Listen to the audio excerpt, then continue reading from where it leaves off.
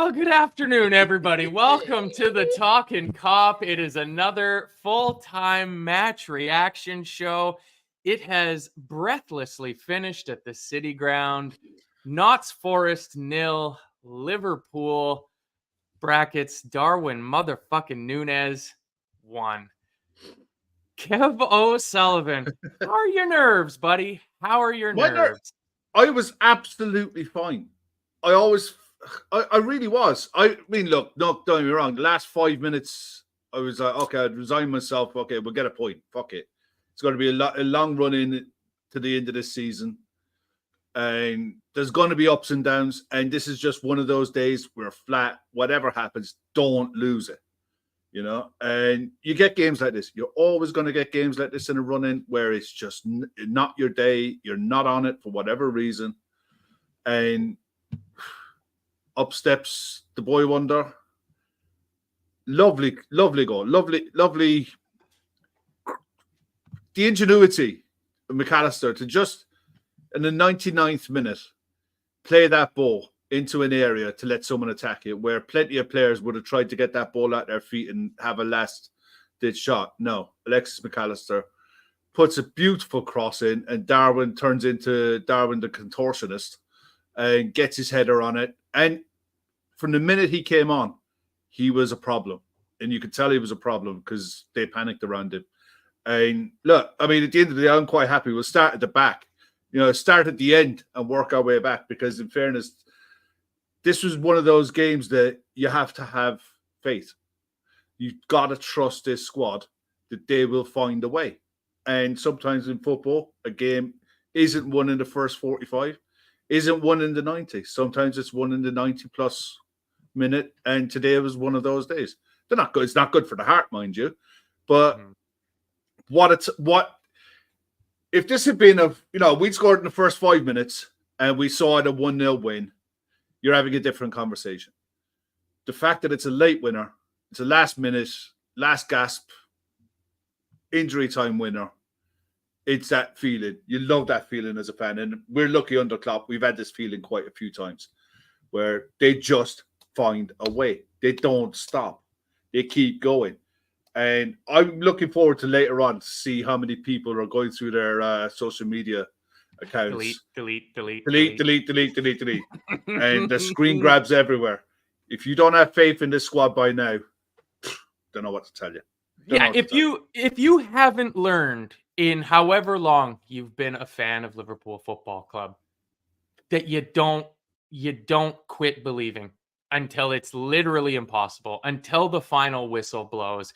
And I'm going to bring up a couple comments from Ashley L. They're not her comments. They are a quote from an anonymous Evertonian that will underpin all my thinking about this entire season. And I quote, "They can have more enjoyable moments in a week of football than we've had in 30 years. Everton are the most miserable club to support in this country. A combination of us being unable to have any high whatsoever, compounded by them getting football miracles on a weekly basis, season after season." And if footballing miracle doesn't sum up what's happened tonight, because Kev, like you said, it was a must not lose. For me, it was a must win. When we had, I think it was the final corner. Yes, it was on the final corner. I thought you send Kelleher. You send Kelleher up. You may as well. Because a draw and a loss at this point, it really makes no difference. You may as well go all out for it. Little did I know that we had the winner already in the box, waiting and ready to go. And I thought I was hyperventilating until I saw the replay and everything was all good. And VAR wasn't going to be able to chalk anything off on that. And the goal was going to stand. And then it was just a pure release of emotion. And my poor wife and dog and the cats in the house just hiding behind any piece of furniture to get out of the range of my absolutely joyful screaming. But that's it, mate. That is what it does. It's like those injury time winners. We've had it. I mean, Divock has made a career at Liverpool out of scoring these goals. And when they go in, at 3:00 Saturday, if this had horror show written all over it. I was saying last night in the members show, this will be a grind. This will be a tough away day. They tend to score at home under Nuno. They are hard to beat. They're always in games. They don't get battered. And they're quite happy to sit in and wait for their break on the counter. And so it's overcommit, and they get caught against them because they're very good and very quick on the counter. We managed that brilliantly today. In the vast majority of the cases, we defended absolutely brilliantly today. I never feared for a second that they were going to score. It was always a case of, can we draw them out enough so that we can create some meaningful chances? Because of all the chances that we had today, you'd argue that none of them, there was nothing meaningful in any of the chances. They were all half, at best, there was a few half chances. I don't think anyone had a howler of a miss. A few bad decisions here and there, but it looked like, for all intents and purposes, it was one of those days. And anyway, we've all watched enough football over the years. You have those days where it just doesn't work. And you need someone to make it happen. And as it happens, we had two South American lads who just made it happen. Vamos. Yeah. It was just, oh man, this club. It's brilliant, mate. It's absolutely brilliant. Yeah, and I mean, if you're unaware, this was going to be a very different tone to this show at about 98 minutes and 30 seconds. So I would like to thank Nottingham Forest for time wasting, for taking 2 yellow cards for time wasting in added time at the end of the 90, because that ensured that we did have the extra time to get that winner across the line. But let's go right back to the start there, Kev. I mean, the lineup comes out. Kelleher's playing a goal. It looks like it's going to be his gloves and his jersey for the foreseeable future. 3 clean sheets on the trot, though, for the Pride of Cork right there. 3 different competitions, 3 clean sheets. Absolutely love to see it. Bradley, Kanate, Van Dijk, Robertson across the back, pretty much as you would expect. McAllister in midfield, you would expect that. Much to the chagrin of many people that were in the chat after last match, Joe Gomez played in the 6 again. And Bobby Clark gets his full EPL debut from the start, his first league start. Elliott goes again. Gakpo goes again. Diaz comes back in fully rested. And I think you could tell that one of those starting 3 attackers had been rested, because Madge Apple says Gakpo just needs a rest. He really shouldn't have been playing today. And I mean, where it needs must at this point, like, unless we were going to start Jaden Dans or Lewis Kumas again, he had to go. And it's exactly that. It's exactly that. Joe Gomez playing the 6 is not his natural position. He's played across every position in the back 4. This is his second game, first Premier League game playing as a 6.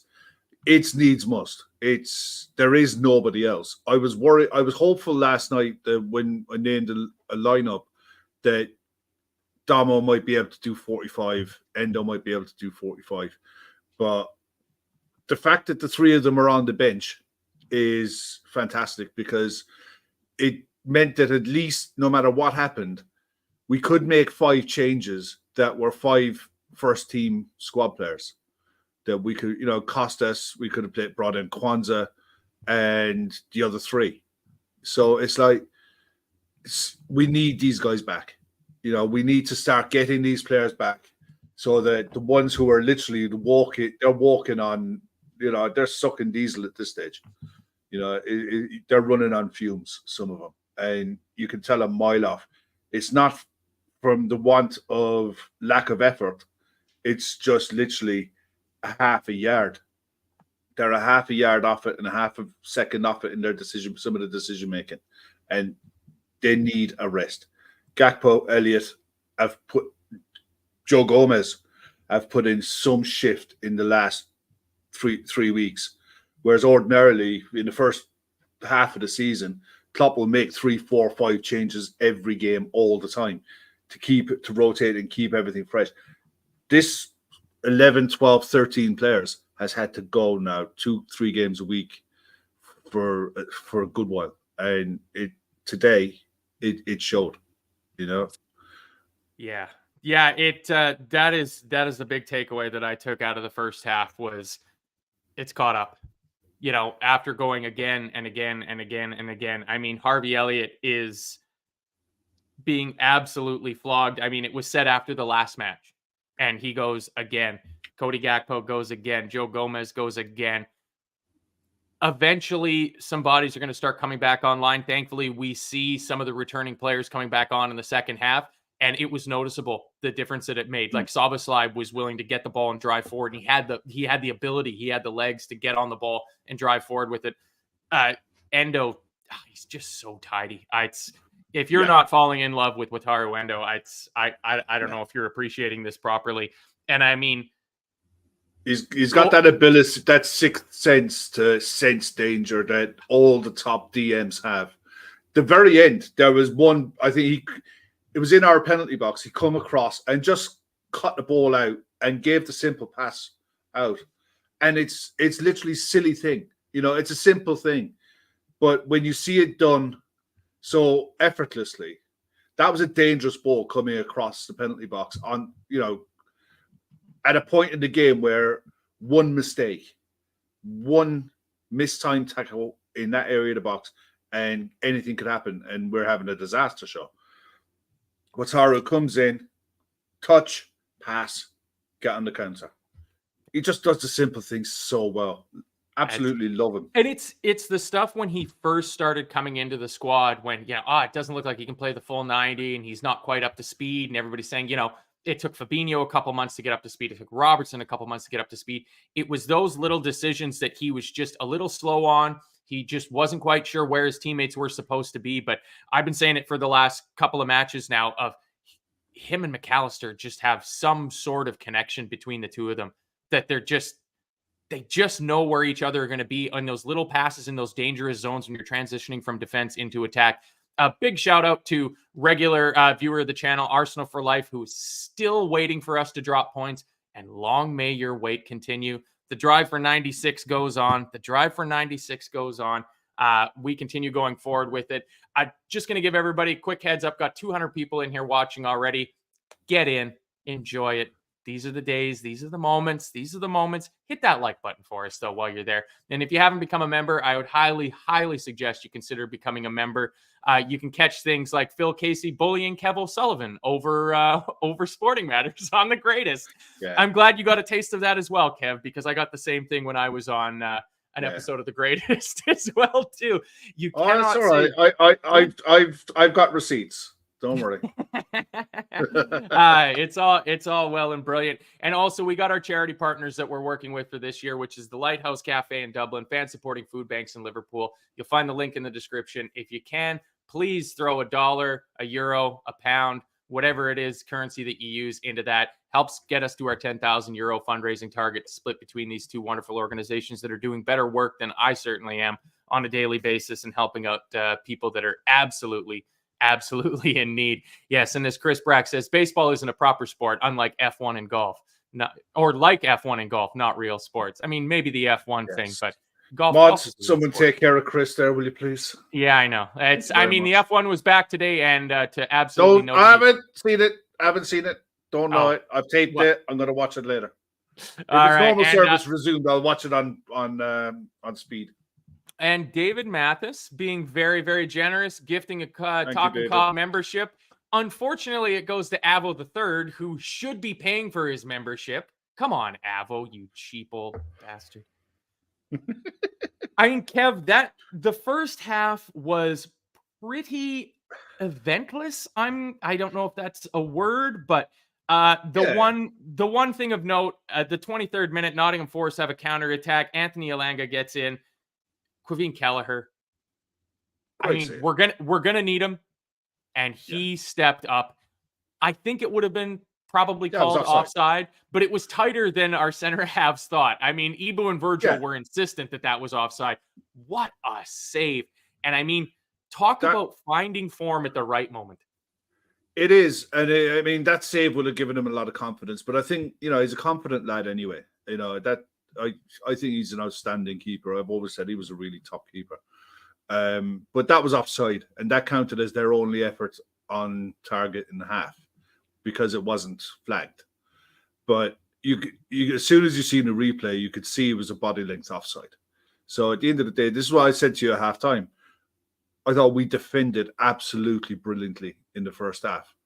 It's just that when we were trying, to break down their low block. I mean, they were quite happy to sit 2 banks of 4 and 2 of the 3 forwards on whatever was the ball side dropping in, and the out ball was whoever was on the far wing. Their only tactic really was from the keeper to get on the ball, launch it out to Divock, and try to get a counter going from there. Other than that, everything was literally stay in the game. And I don't blame them. Look, if they tried to go toe-to-toe with us, they'd get taken apart. They were torn apart at Anfield, and it should have been a lot more than 3. But at home, in their predicament and where they are in the league, every point is vital. So the longer they can stay in the game, the better for them. But I never thought we'd done enough in the first half to get around the back, to overload the wingers. I thought Nico Williams had a really good game. And you tend to find that with players from club that you came through at or your former clubs, that those players tend to stand up and have really good games. Divock Origi was really good. From for the half chances that he was able to get on the ball, you could tell he's got quality and he's quick and he's strong and he's good in the air. Nico had a really good game against Luis Diaz. The difference was Andy Robertson didn't offer enough support to Lewis going around him to overload a 2v1 so they could get the ball into the box. But then who was in the box to do anything with it? Cody was in there on his own. You're not going to knock it to the far post for Harvey because he's never there. He was dropping out into the middle. So it was disjointed. There was no natural flow to it. Tactical choice, Kev, for the fullbacks in the first half because they weren't really pushing forward. I mean, even Connor Bradley, you saw in the second half, he started to invert a bit, get on the ball and try to influence the game moving forward. But both of our fullbacks in the first half, I felt, were very passive, like not passive, but very defensive-minded first of just stay in the game. Like it felt like a just stay in the game type of approach that we took in the first half, or maybe that's just me. No, it's not. I think you got to look at it. You have to respect that the threats they have and how they've been scoring goals. And they've been free scoring for most of their games, especially under Nuno. So it's like they regularly score 2s. And if you overcommit and lose the ball in a dangerous area, they've got players who can pick passes. Dominguez is really good. He's got a really good pass in him. And they've got players with pace who can hurt you. So I think, the way they looked at it is you can lose the game in the first half.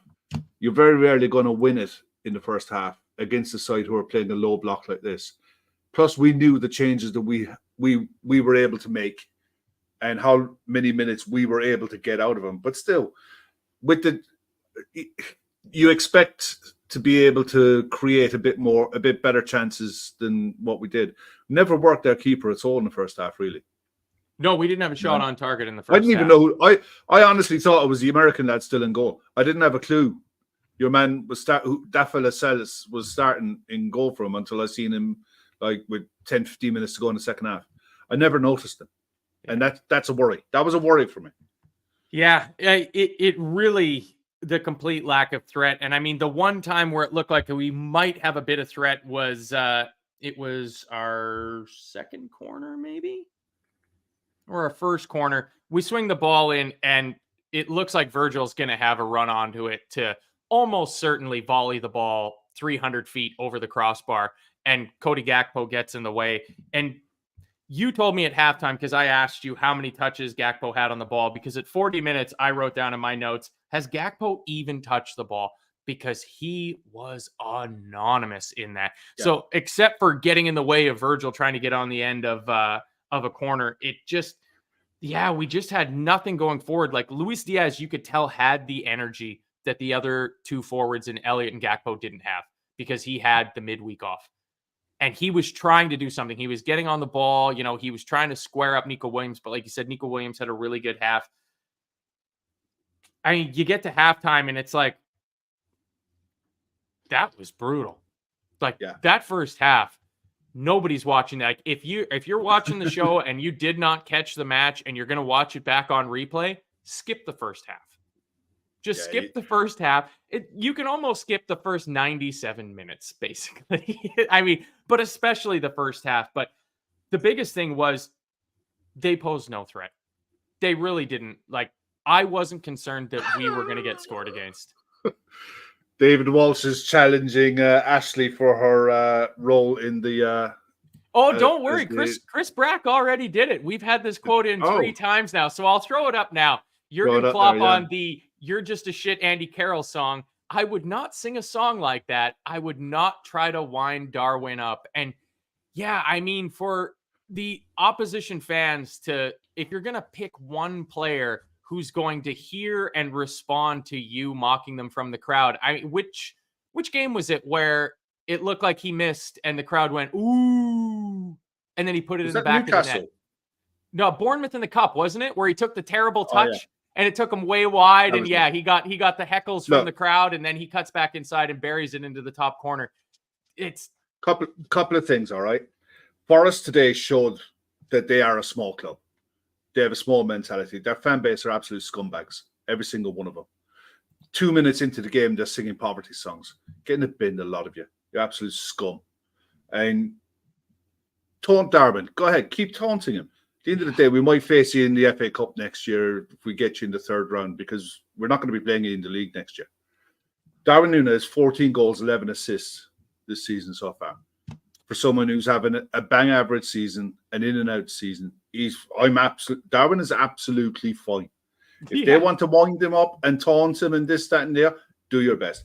But I honestly thought Forest fans today were the scum of the earth. They were absolute scum of the earth. Poverty chanting throughout the game. Absolute no time for that fan base whatsoever. I thought it was an absolute thundering disgrace. Every single one of them. They should be thoroughly ashamed of themselves.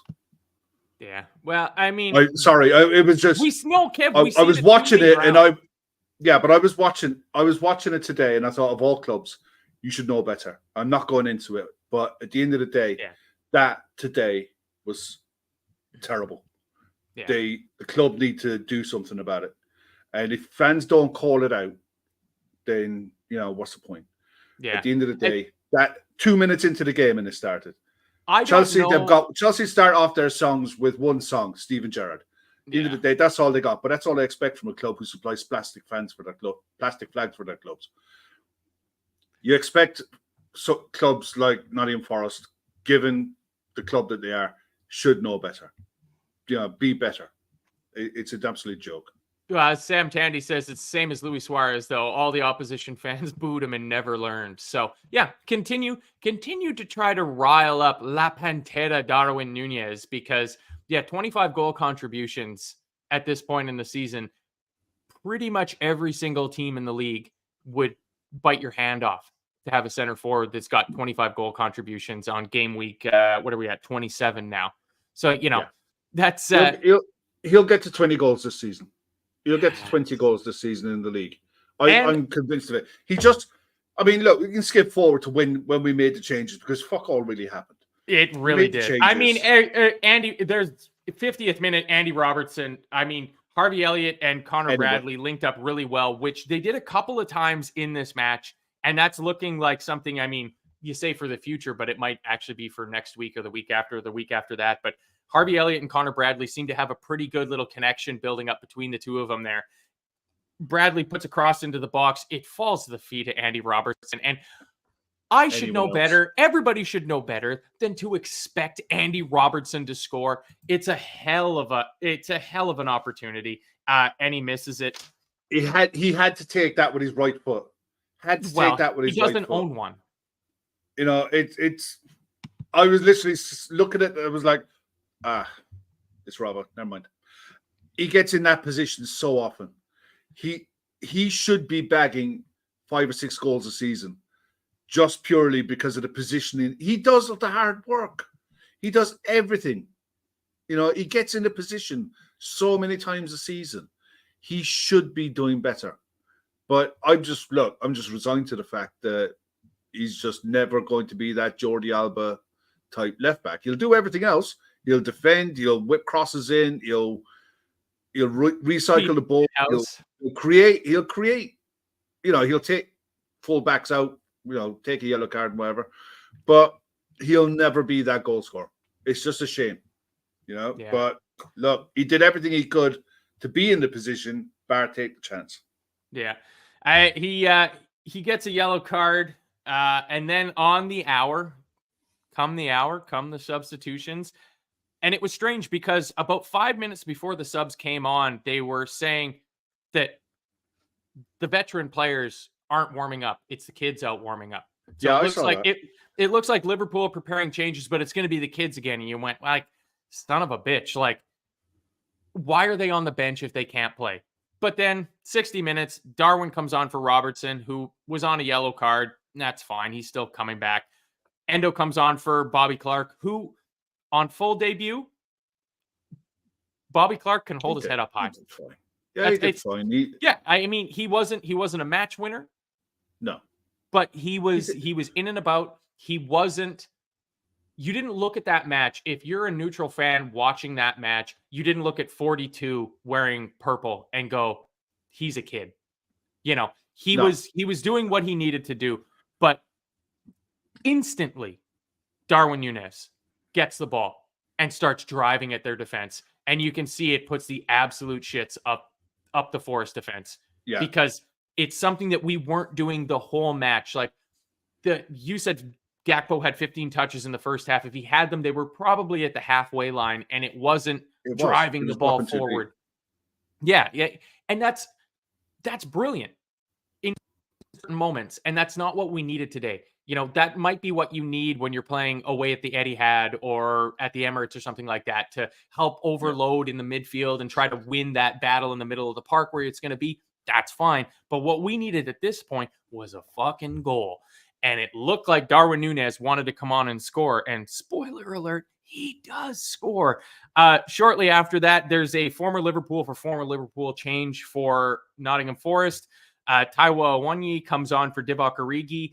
And I doubt any Forest fans are watching. If they are, that's Divock Origi for you. Because that was an anonymous Divock Origi performance like we saw him do for years and years and years. Yeah, he put in some absolutely legendary moments for us, and he is a cult hero for Liverpool fans. But there was far more games where I remember screaming at my television, what the hell are you doing, Divock Origi? Because he was absolutely anonymous. And well, in all the time he had at Liverpool, I don't ever remember him playing on the right wing. Not very often. I was surprised they didn't play him through the middle.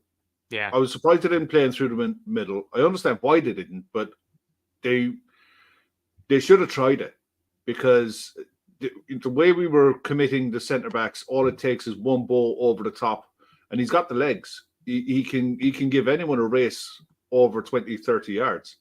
So look, I don't care. I mean, at the end of the day, he went off. He got an applause all the way around the ground, and I think that might have been his first start ever against us since he left.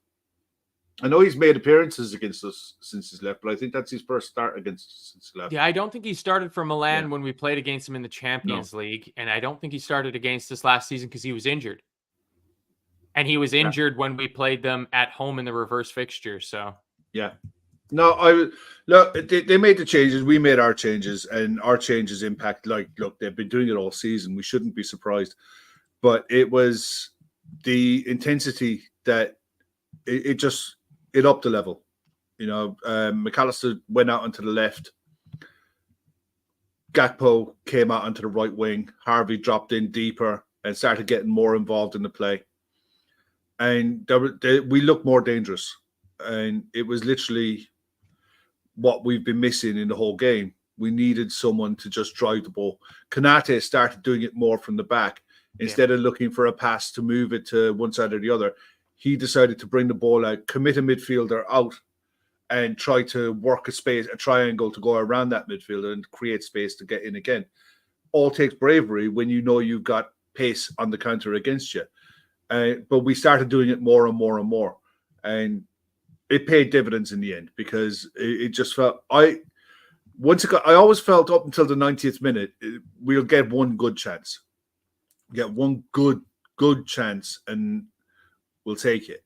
Well, it was the corners, Kev, because the comms told me during the match that Notts Forest, and I'm going to call them Notts Forest because I was told by a Nottingham Forest that they're not called Notts Forest, so fuck them. I'm calling them Notts Forest, especially with the bullshit that their fans chant. That Notts Forest have conceded 2 more goals from set pieces than every other team in the Premier League, or any other team, I guess, in the Premier League this season. And we had a procession of corners. The one we ended up scoring from was, I believe, the 12th. Yeah, it was 12 corners. It was our 12th corner. So that felt like, and especially given the last 10 days, Virgil van Dijk scoring from a corner against Luton, Virgil van Dijk scoring twice from set pieces against Chelsea in the Carabao Cup final, even though only one of them actually stood up and was held, that felt like it was going to be our way forward. Just as an aside, I don't know if anybody in the chat is close to Fife and can do a welfare check on Red Steve, who is up in God's country in Scotland, but he says he played the last game on the right wing too. Don't know why I'm watching back-to-back Forest games. So I'm really concerned about Red Steve's mental health if he's watching Forest games on the regular. That's not good for you, Red Steve. Yeah, he plays for Forest. He plays for Forest on the right, but I never believed that you can get the best out of him playing on that position. But look, we made the changes. We started being more intense. But again, you were ramming your head against a brick wall sometimes. And then Darwin got that one. His first chance when he first came on, he almost got a flick on the header. And there was another one where Tsimikas had come on and he whipped a cross in and he just missed it. But I think he was offside. He would have been called offside on that. But I thought if there was anyone going to do it, it was going to be him. He just looked like he was up for it.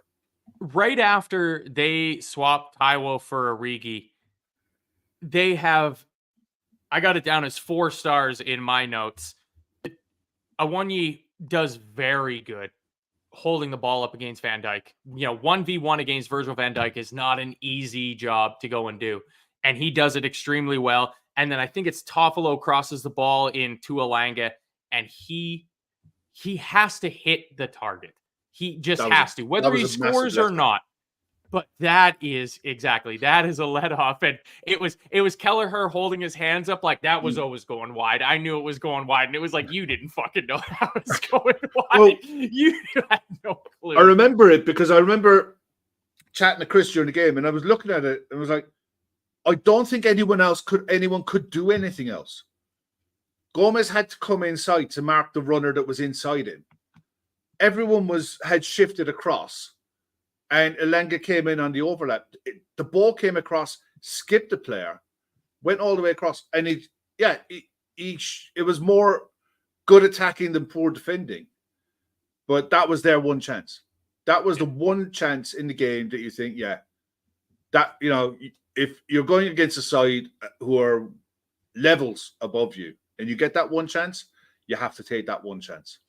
And it was, it just went by, and that was it. That was it for them. It was. It felt like they knew at that point that they had shot their load, I guess, for lack of a better term, on it. And at that point, it was 0-0. 0-0 was their goal that they were going for from there. You mentioned the chance that McAllister puts in a dink little back post cross to Darwin Núñez. Again, foreshadowing. It's over his head. He can't quite get there. And just after that, Connor Bradley, lucky to escape a yellow card. Jurgen Klopp, extremely lucky to escape a yellow card because Callum Hudson-Odoi puts in a unbelievable Olympic-level dive right in front of the 4th official. It's not even close. Connor Bradley pulls out of the challenge, and Hudson-Odoi goes down with a full 2.5 double pike. It's ridiculous. And Jurgen Klopp loses his fucking marbles, and he is one yellow card away from a touchline ban, which we do not need because our next league game is obviously at home against Manchester City, and I would quite like to have Jurgen Klopp on the sidelines for it, but it's so close to the 4th official, Kev. How do they not see that that's a dive? Well, Tierney couldn't see it.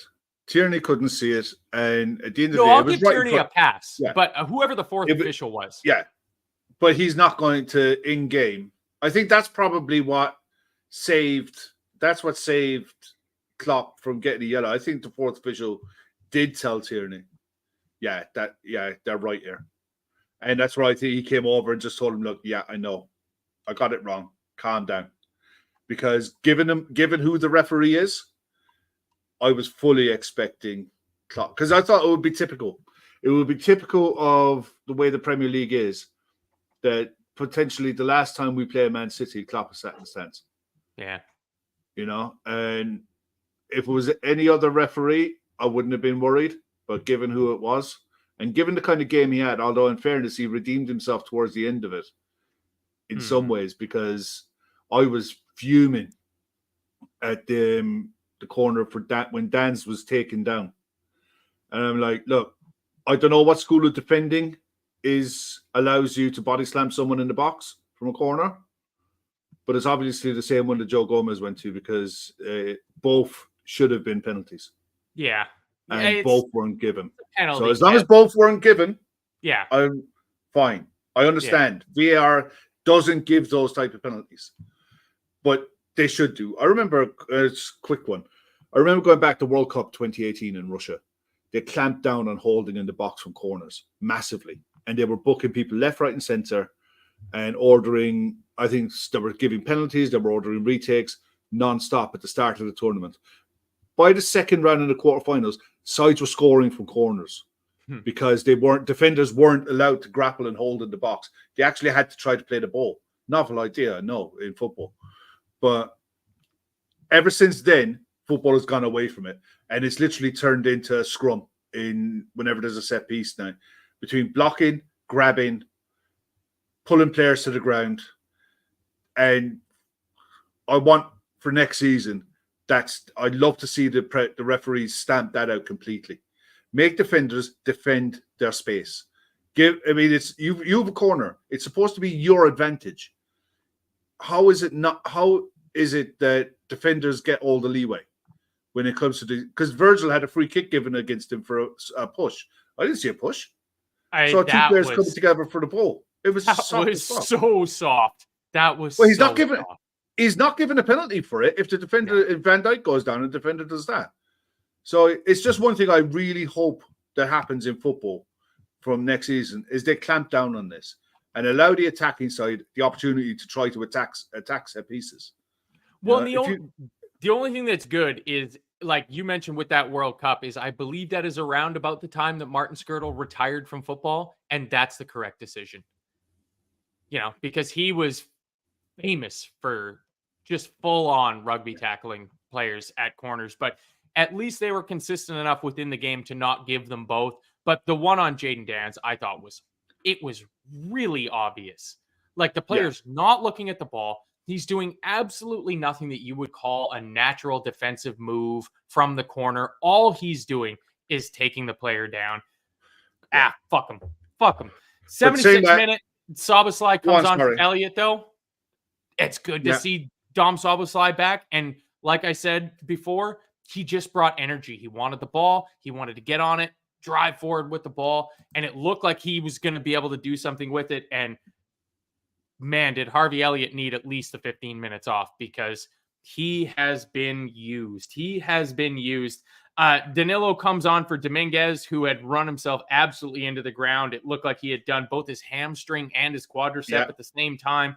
Needed help getting off the pitch. Oh, he couldn't even walk. And as soon as he crossed the touch line, he just walked to the bench. He was totally fine. He had a case of the Bruno Fernandes. Yeah.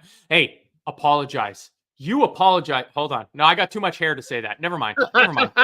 Don't bother apologizing. I'm not nearly bald enough for that. 84th minute, we make our final wrap. The substitutions. Connor Bradley goes off for Kostas Tsimikas. Jayden Danns comes on for Cody Gakpo, who did not have a very good game. No, it's from that corner, because we have a corner from there. We make the substitutions before the corners, and I'm no footballing tactics expert, but you don't make substitutions before a corner's taken, right? But Jayden Danns comes on, is rugby tackled to the ground, waved on. Seconds later, Jayden Danns absolutely. That is the most Aussie rules football yellow card Jayden Danns might take in his entire career as a footballer. Yeah. Whether it's with Liverpool or anybody else. He blasts their goalkeeper, who managed to injure his head, face, both of his hamstrings, I think his feet, his hands, his elbows, he was so hurt. Their keeper was so hurt because at this point, like I said, Notts Forest was fully playing for the 0-all because a single point for them is massive, because they're almost certainly going to lose 6 or 10 points and probably go down. After the Jaden Dan's yellow card, Kev, in my match notes, I have approaching miracle time. Fucking hell, boys, just score. We get a couple more corners. They put up 8 minutes of added time after our 10th corner. I have proper miracle time now. Jaden Dans puts the ball out to Simicast. He puts a dangerous ball into the box. Their keeper, Sells, who's made a miraculous recovery from his multiple lethal, life-ending injuries, comes out and collects from it. They go down the other end. They have a chance. Oh, it leads to a corner. Morgan Gibbs-White takes a yellow card for time wasting. We get a foul. Danilo kicks the ball away. Another yellow card for time wasting. So we're into plus 8 minutes. Well, 2 yellow cards for time wasting. You obviously have to add time onto that, right? Yeah. My comms were thinking like at 97, they're like, this is it. And I was like, how can it be it? If they took 2 yellow cards for time wasting in plus 8 minutes, you have to add some time on. Simicast wins the corner, puts a delivery in. Darwin Núñez gets a head on it at the near post. It looks like it comes off of, I believe, Murillo's back. Great save from their keeper. And Kev, you know I'm a positive fan, but I thought that was it. I was there then as well. That's what I said. I was watching it like everyone else was watching. I thought you will get one chance. You keep going, you keep playing the way we're playing, we'll get one chance. I honestly thought that was it. That was it. That was, and then 97th minute. I thought almost immediately from that. And Virgil van Dijk puts a massive block in. They cross the ball across the box. Van Dijk puts a huge block in. It goes out for a Nottingham Forest corner. That could have gone anywhere. It's literally that could have gone anywhere. But at that point, I'm sitting viciously silently on my couch, taking almost no notes at this point because I'm fucking furious thinking about I got to go on and do a show. What are we going to say about us having the most drab, awful 0-all game where we've thrown away our control because before the game, it's all in our hands. And again, foreshadowing, it's still in our fucking hands. We control our destiny. If we do our work, if we win our games, we finish on 96 points and we win the fucking league and nobody can stop us. And it's like, if we go 0-all in this game, City trounced Manchester United tomorrow, and then we have to win. We have to win next weekend. And we have to hope that Arsenal slip up somewhere else. And it's like, yes, like I'm going to be furious on this show, and there's going to be just pissing and moaning in the chat, and there's going to be all this infighting and blah, blah, blah. And we get one final corner, and I think send Kelleher up. I don't even know who took the corner. Almost always I write down who took the corner, whether it's an in-swinger or an out-swinger. It was probably, no, it had to have been Simicast because the ball gets recycled back out. And Alexis McAllister, and I saved these ones from earlier, Kevin, you have to answer. You gotta pay the piper on this. Chris Golding would like to know, do 3 assists in a week make you world class? Asking for a friend, Kev. Chris Golding. No, he's a top player. He's a top class player. He's not world class. I think he's I think he's one of the better midfielders. He's one of the best midfielders in the league. He's not world class. I'm sorry. Yeah, ask me in 2 years. You know, I'm one of these people who look at world class players. I'm talking Zidane, Henry, Ronaldinho. You know, don't say Pogba. Don't say Pogba. Don't say Pogba. No, they're the world class players. There's a litany of very good, top quality players, superstars, absolutely brilliant footballers. But the term world class has to be held for people who do it year after year after year after year. And it's not diminishing what they are as a player. If anything, when you say that, if I say Alisson Becker is world class, he's the best in the world, he's world class. Yeah. There's a reason for it. You know what I mean? And there can't be an argument. There can't be an argument. You know, but if somebody says Alexis McAllister is a world-class midfielder, there is a litany of arguments you can say he's not world-class. He's very good, but he's not world-class. Yeah. So I know that Goldie was just trying to He's very good at what he does. Very good at what he does. He's an excellent player. I'm glad I think we got it. And I said it the other night. Bargain of the season in terms of transfer value pound for what you're getting. But ask me in a couple of years. He'll have a few more medals around his neck, and then you'll be looking at him differently. But at the end of the day, I think you have to hold that. I think there's one of the few terms in football that podcasters, pundits, everyone throws around this world-class tag way too easily. Yeah. Way too easily, and it gets diluted. You know, and that's not a slight on Alexis McAllister whatsoever. I thought he was man of the match today before anyone says. He was outstanding. He was very, very good. Hey, very good. He was outstanding today. Quit giving away the ending, Kev. Jesus. There was 2 comments that came in almost instantaneously from 2 of our absolutely lovely members. Sam Tandy, just as we had that last corner, I had visions of Mane versus Villa away just before the City game, which we won both games. History will repeat itself. Ashley L. simultaneously saying this had major shades of the last-minute winner at Villa in 1920. And guess which game came after that one? City. Yeah. Ashley L. then goes on to say Darwin Núñez's 99th minute winner against Nottingham Forest, or as I like to call them, Notts Forest, is the latest match-winning goal scored by a Liverpool player in the Premier League since records began. It's brilliant, Kev. It's just, this is why we're here, right? This is why we're here. Mm-hmm. Yep, absolutely. It's literally why we love football, because it's a 90-minute game. It's a 99-minute game. And you can lose it in the first, like I said earlier, you can lose it in the first half, but you rarely win most games in the first half. This today, you just love a late winner. You love a late winner in any game, but especially in a game like this where we weren't very good. We weren't on it. We were a bit flat. It just wasn't clicking. And we were huffing and puffing, doing our best, tried as much as you could. And eventually your perseverance is rewarded because that quality won out. That having the balls to take that ball down and put a chip into that area in the hope that someone attacks it. Darwin Núñez having the self-awareness of where he is on the pitch to get back on side, to give himself the chance to attack that ball. He trusted that the ball was going to come.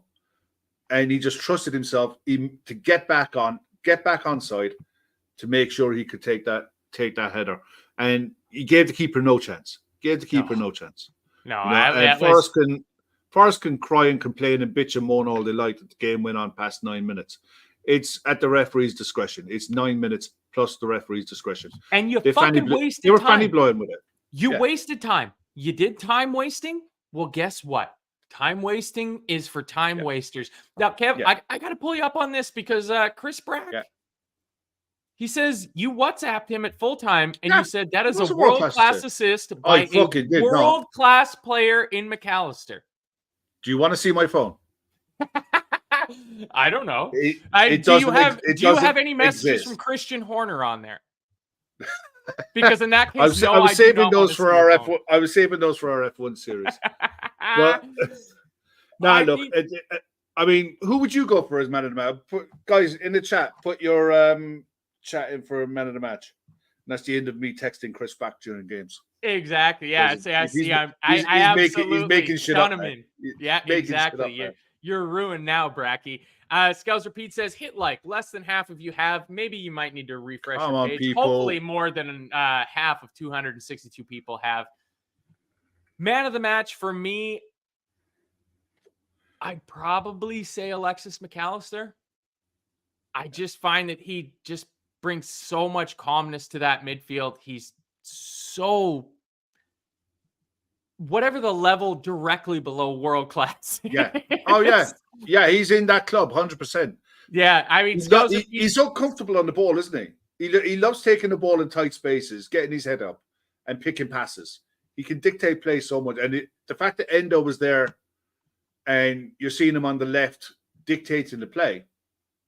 He was he's outstanding. He can make a side tick, and he can become the most important player in the club. If sorry, continental Steve, you that's are like incredible. That is like you've got your WBC World Heavyweight Champion, and you've got your WBC International Pearly Diamonds. No, that's the Intercontinental intercontinental. champion. That's the intercontinental champion. It's not the world heavyweight champion. It's the So intercontinental. who's the TV champion? Yeah, that's the intercontinental champion. Chris Golding says, next stop, world class.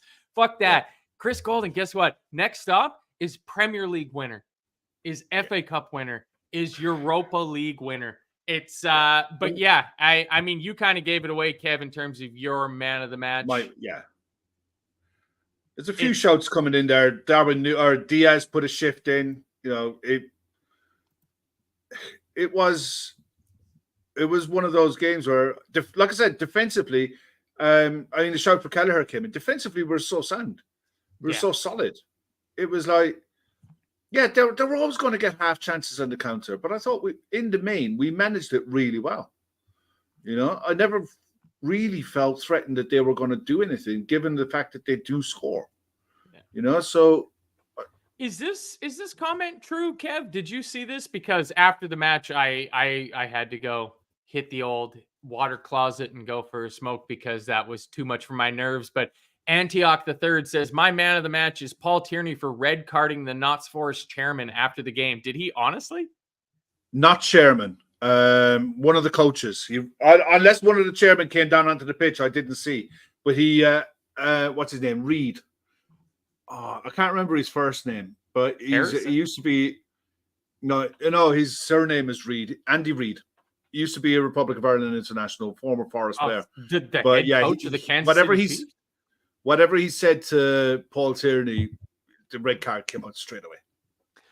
Avo III says it was a coach, but Antioch III says, I'm sure it was the chairman. So Mao, apparently. Stephen Reed. The entire staff got yellow carded. And then, Super Bowl winning coach Andy Reid. They were hopping mad. You know, and I don't get it. Why? I mean, maybe it's in the Ashley's comments why they were so ticked off. You know, I don't get it. I don't know if that one came up. Here's a comment I saved earlier from Scouser Pete. He says, Gomez has to be our player of the season. No ifs, no buts. The boy has been absolutely fucking Trojan for us. Without his talent and commitment to our cause, we'd be fucked. I mean, Joe Gomez in this game played number 6. He played left back and he played right back. And whether you think he's world class, continental class, nation class, whatever, he did the job we needed him to do. And I mean, Kev, for me, this goes back to the conversations we had on shows before the season started, when the summer awful transfer window was open. Do we need to sign another defender, of going, we don't need to sign another defender if we get lucky with injuries. We have not gotten lucky with injuries, but what we have gotten lucky with is players like Joe Gomez absolutely stepping up. Absolutely stepping up. Like, at the end of the season, I really hope that I'm over in Liverpool and Dublin with all you guys after the final match game of the season, and we're lifting all the trophies except for the FA Cup, which will happen the weekend after I get back to Canada. But it's going to be hard not to, on the current rate that we're going at, of saying that Joe Gomez might be our most valuable player for the season, because he's in the conversation, isn't he? He has absolutely stepped into the breach when we needed him. We lost both of our left backs to long-term injuries, and Joe Gomez just went, I got it. It's fine. Yeah. We hit this point at the end of February, the start of March, where we have no midfielders left to play. We run Endo into the ground in the Carabao Cup final. Like, the quotes that he came out with afterwards, where it's like, I could feel my hamstrings and it felt like they were both about to snap, but I just knew I had to keep on going. And you're like, that's the warrior spirit that we need. But then he can't play the next game. So what happens? Oh, we just played Joe Gomez in the 6 for the first time in his entire career. For a player that so many people wanted to sell in the summer. I was going to say I was getting really frustrated doing transfer shows in the summer when they're the worst. And look, no offense to anyone in the chat, you know I respect all your opinions, love most of you. It was driving me insane over the last few years, the amount of people who were willing to take the 40 million for Curtis Jones, take the money for Joe Gomez, because the versatility that the players and the experience, the versatility and experience that these players offer you within the squad is you have to have a squad with players like him in it. They can't all be your Mo Salahs, your Dominic Szoboszlais, you know, Darwin Núñez, Luis Diaz, your silky smooth Diogo Jotas, Virgil van Dijks. You have to have your dogs of war. And the guy who will go to the trenches for you, who will go out of his way to be the James Milner in a squad, who will do the ugly stuff and put a shift in and be a leader on the pitch. Joe Gomez, to me, has been at the club for such a long time now. He's longer than anyone. Outstanding Liverpool player. And anyone who doubts what he offers this club, I don't know what to do for you. I'm just praying that Gareth Southgate stays the fuck away from him. Yes. Because unfortunately, I think he should be in an England squad.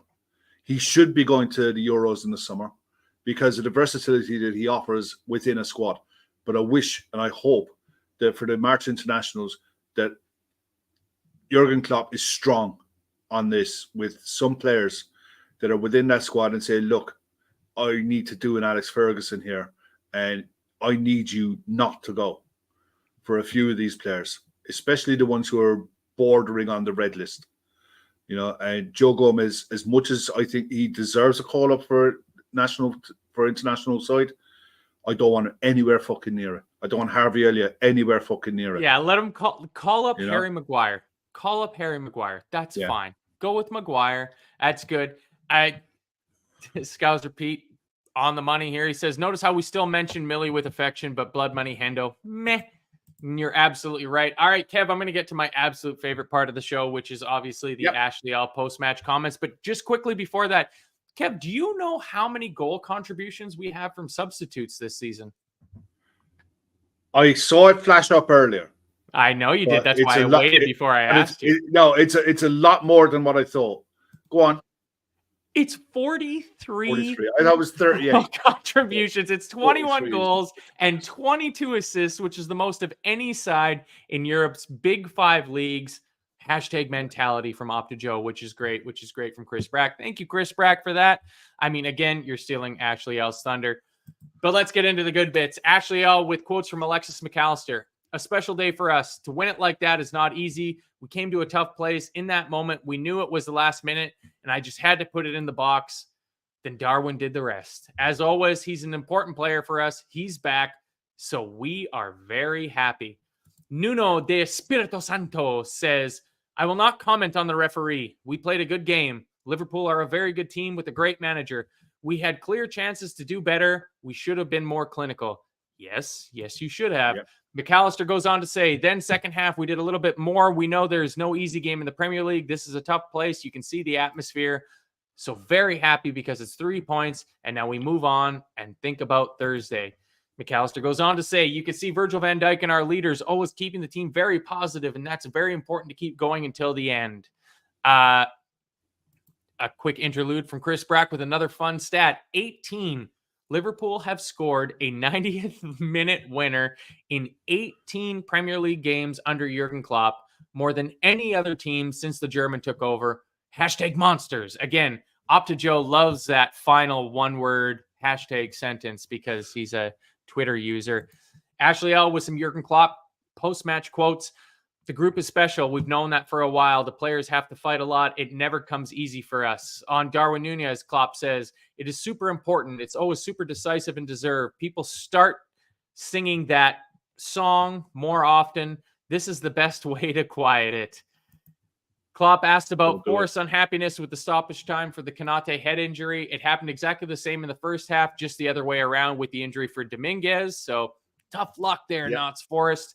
Klopp goes on to say 4 games in 11 days. Come on. With our current squad situation, it is tough anyways, but it is super tough. We can't just come and play them out of the stadium. An unbelievable effort. We had to fight. McAllister on Manchester City says, we know they are a very good team. They are second. Yeah. But Arsenal are there. It will be a great battle, that's for sure. And we will do our best to win the game. Klopp goes on to say, if you asked me 12 days ago if it was possible to win all 4, I would have said no. This win is up there. We only have 63, which is points, because we won. Others, but today it was like Villa 2019. So there you go to all the people saying that this had shades of the Villa 2019 about it. Klopp says, incredible assist in the very last second. Wonderful feeling. I'm really happy. I can't ask for more than what the boys are doing. The goal is set up by a guy who is the calmest on the whole pitch. I saw it live, but I'll never forget it. He was calm. He chips the ball in there. Super assist and super important goal.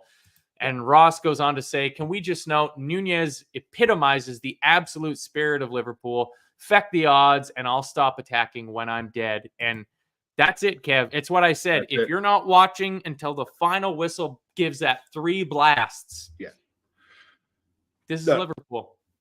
Yep. I'll be honest. I don't see anyone going to the end of the season without dropping points and losing games. Man City, Arsenal, or ourselves. I just don't see it. But I see us giving commitment to every single game that we play. And we will be in every single game that we play. And it won't be a want of or a lack of effort that lets this side down. We need players back. We need bodies.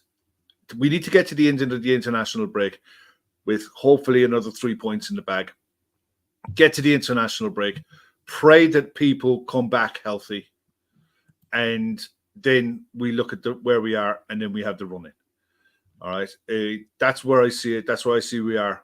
But we desperately need bodies back just to help the numbers, to help the squad. And it's already started, though, Kev. You saw Szoboszlai back. Nunez back. Yeah. Hopefully the next cab off the rank is going to be Mo Salah coming back, and that will change. Yeah. Holy Joe Gomez, Curtis Jones, Mo. Then I think it'll probably be Trent, then Ali. Yeah. And then if we're lucky, we might get for the final 2-3 weeks of the season, we might see a little bit of Diogo Jota. Yeah. Don't, please, people, unless you are some sort of championship freediver, do not hold your breath to ever see Thiago wear the number 6 jersey for Liverpool again. Yeah, I think without the likes of Thiago and Stefan Bacicic, I'm not bothered about not seeing Stefan until next season. No, that's fine. Let him recover properly. And Ryan Gravenberch. I don't think Gravenberch or Curtis Jones are too far away. I mean, Curtis was a sprain high in his ankle. You know yourself, if you've rolled your ankle, that hurts for a few weeks. Yeah. So he'll probably be back training. I also don't do a lot of running, though, Kev, if I'm being honest. I walk professionally delivering the mail, but I do not run. Brisk walking. Yeah. But it's one of those things you need hopefully to start seeing those rolling back into the squad. And no offense to the players, the younger players who were in the squad today. I love to get to the end of the season and not see them again until preseason, because that means everyone's back. And if everyone's back, we have a chance of winning the lot. And that's all you can hope for. We have a chance. That's all you can hope for. That is all you can hope for. Now, where was that comment? Here. From a YouTube regular, Thor the Dyslexic Polyglot says, as the Anfield rap say, quoting an Evertonian. Oh, quoting an Evertonian. Well, I'm going to bookend this show on exactly that, Thor. I mean, Kev, before we get out of here, you got any final words? Any insights on who might play away to Slavia Prague on Thursday? Not Scooby. Look, pray that Darwin and Damo recover well from this, because we gambled on Mo and it didn't pay off. I mean, it paid out for my FPL that week, but since then, no, it has not. Since then, no. You just pray that they recover well. And, the few days that we have now, these few days break, will give everyone hopefully a bit of a chance to recharge the batteries. Sparta Prague won't be an easy place to go. They never are in Europe, but over 2 legs.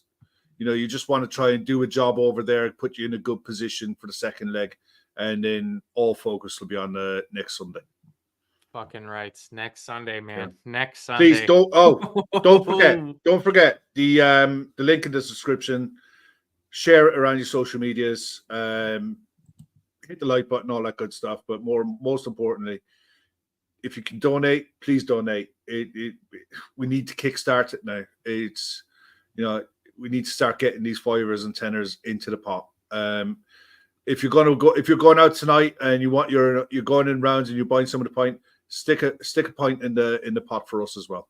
We really appreciate it. It really help us out a lot. Yeah, that's absolutely the thing. I mean, if you're a regular of the show or you pop in every so often, you will know that the thing about the Talkin Kop channel, formerly the LFC Day Trippers channel, is we like raising money for good charities, doing good work. So the Lighthouse in Dublin, Fan Supporting Food Bank in Liverpool, both doing absolutely fantastic work. You'll find the link in the description for the shows, whether it's on YouTube or whether you're on your podcasting app after the fact. Thank you for listening to the show. Give us a nice rating. Don't give us a rating, but help out our charity partners that are in there as well. Yeah. You'll also find the link to Phil Casey's charity, who is doing 5 endurance races, raising money for the Laura Lynn Hospice in Dublin, which is Dublin's only children's hospice, which is a massively wonderful thing to be raising money for. So continue to raise money for that. Force Phil to continue to train and run up and down whatever they call mountains in Ireland, because I do not think you guys actually have mountains over there, because it's a pretty flat country. I've been there a couple of times. Yeah, we have big hills. Yeah, exactly. Those aren't mountains. I live in a city that currently I live on the mountain in Hamilton, and it's about 500 feet high. So that's about an Irish mountain right there. But still, Phil is doing absolutely wonderful work. But like I said, to take you guys out on, they can have more enjoyable moments in a week of football than we've had in 30 years. Everton are the most miserable club to support in this country. A combination of being unable to have any high whatsoever, compounded by, and this is the important part, them getting football miracles on a weekly basis, season after season. And I'm not going to lie to you, Kev, there's been some fucking miracles in the last week, because within 7 days, we have won a cup and we've won a game with basically the last kick of a ball. And if that isn't Liverpool Football Club, I don't know what is. So get in, folks. Hit that like button. Thank you so much for joining us. Thank you again, Mr. O'Sullivan, for being here with me. Absolute pleasure.